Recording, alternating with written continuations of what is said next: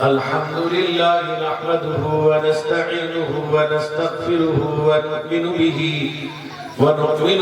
ونتوكل عليه ونعوذ بالله من شرور أنفسنا ومن سيئات أعمالنا من يهده الله فلا مضل له ومن يضلله فلا هادي له ونشهد أن لا إله إلا الله وحده لا شريك له ونشهد أن سيدنا وشفيعنا ومولانا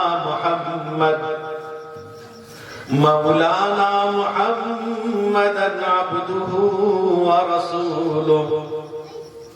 صلى الله تعالى عليه وعلى آله وأصحابه وسلم تسليما كثيرا كثيرا أما بعد فأعوذ بالله من الشيطان الرجيم بسم الله الرحمن الرحيم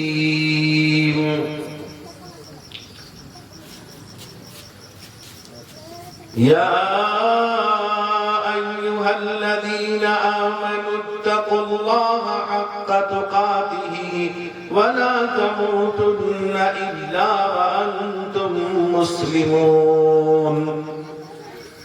وقال تعالى بسم الله الرحمن الرحيم يا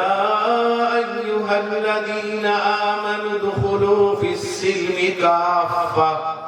ولا تتبعوا خطوات الشيطان إنه لكم عدو مبين عن جابر رضي الله تعالى عنه قال قال رسول الله صلى الله عليه وسلم ثلاث من كن فيه يسر الله حتفه